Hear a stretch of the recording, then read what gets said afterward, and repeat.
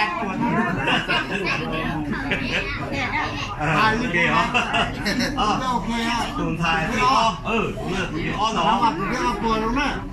เนี่ยคุณลูกก็รู้แหละ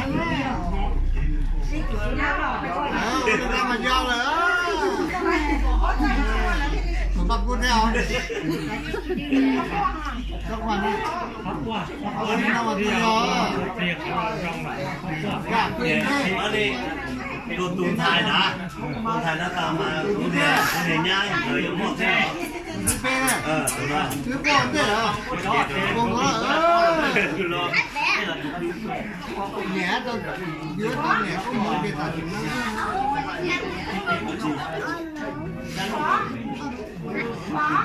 นี่ท่านจะมาว่าเนี่ยยากมากวะ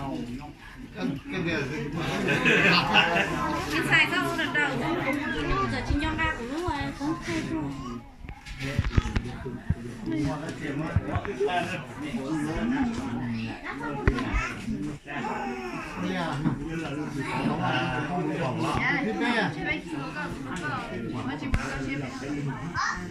một cái kệ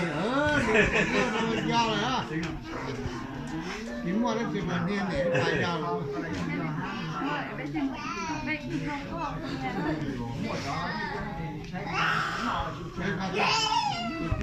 ถ่ายก็ได้ถ่ายก็ได้ตัวนี้เจ๊พอไรก็รู้จักมวยเป็นไม่จบก็ต้องตัดสินใจด้วยฮะเท่านั้นก็จับมวยแล้วนั่นแหละตุนถ่ายก็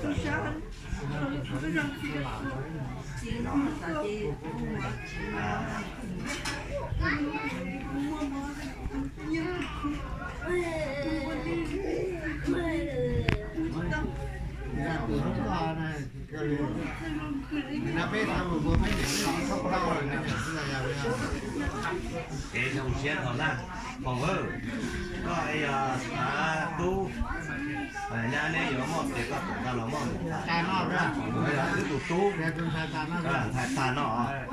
tú nhà tôi thay tôi bỏ tụt tú nhá này